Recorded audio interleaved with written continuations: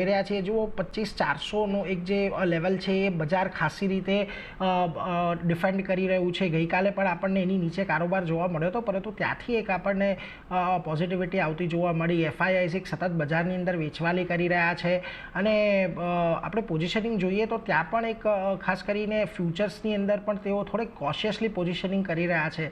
કઈ રીતે બજારના સેટઅપને હવે તમે જોઈ રહ્યા છો અહીંયાથી હજી પણ આપણે આ જ રેન્જબાઉન્ડ કારોબાર થોડો જોવો પડશે? તો basically good morning to everybody. તમને પણ મારા તરફથી ગુડ મોર્નિંગ. બેઝિકલી જો તમે જુઓ તો જે ઓક્ટોબરથી જે આખું કરેક્શન ચાલુ થયું હતું, માર્ચ સુધી ચાલ્યું, એપ્રિલમાં પણ સડન ફોલ આવ્યો. નાવ એ આખું કરેક્શન પતીને હવે હાયર ટોપ હાયર બોટમ તરફ આખું બજારનું જે સ્ટ્રક્ચર છે અત્યારે હાયર ટોપ હાયર બોટમ તરફ છે. અને કાલે જે મૂવ આવી હતી, જે સડનલી 100 પોઈન્ટ નીચે ગયું હતું, I think that was expiry move, જે કાલે એક્સપાયરી હતી નિફ્ટીની. અને આપણે જોયું કે સડનલી અડધો પોણો કલાકમાં 100 પોઈન્ટ કાઢી નાખ્યા.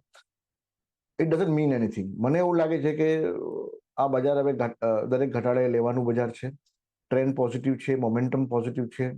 જે 25,200ની ઉપર જે બ્રેકઆઉટ આવ્યું એ હજી ઇન્ટેક્ટ છે અને કદાચ પેટર્ન રીટેસ્ટ થાય તો પણ 25,200 સુધી બજાર આવી શકે. પણ બજાર દરેક ઘટાડે લેવાનું બજાર છે. આમાં વેચવાનું ધ્યાન નહીં રાખવું જોઈએ. અને સિઝનલી પણ જોઈએ તો જુલાઈથી સપ્ટેમ્બર ક્વાર્ટર જનરલી બજાર માટે સારો હોય છે. તો અને મોન્સૂન પણ નોર્મલ છે. બધા જે ઇન્ટરનેશનલ ન્યૂઝ ફ્લોઝ છે બધા સેટલ થતા દેખાઈ રહ્યા છે. ટ્રેડ ડીલ પણ વહેલા મોડે થઈ જ જશે.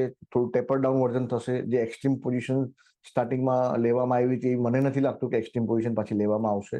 So it will be a taper down version. એકદમ એક જ ગોમાં બધું કઈ ટ્રેડ ડીલ થવાની નથી.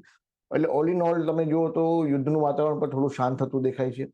ડોલર ઇન્ડેક્સ 97ની નીચે છે. એટલે everything is indicating towards a very very good time ahead for the next 6 to 9 months.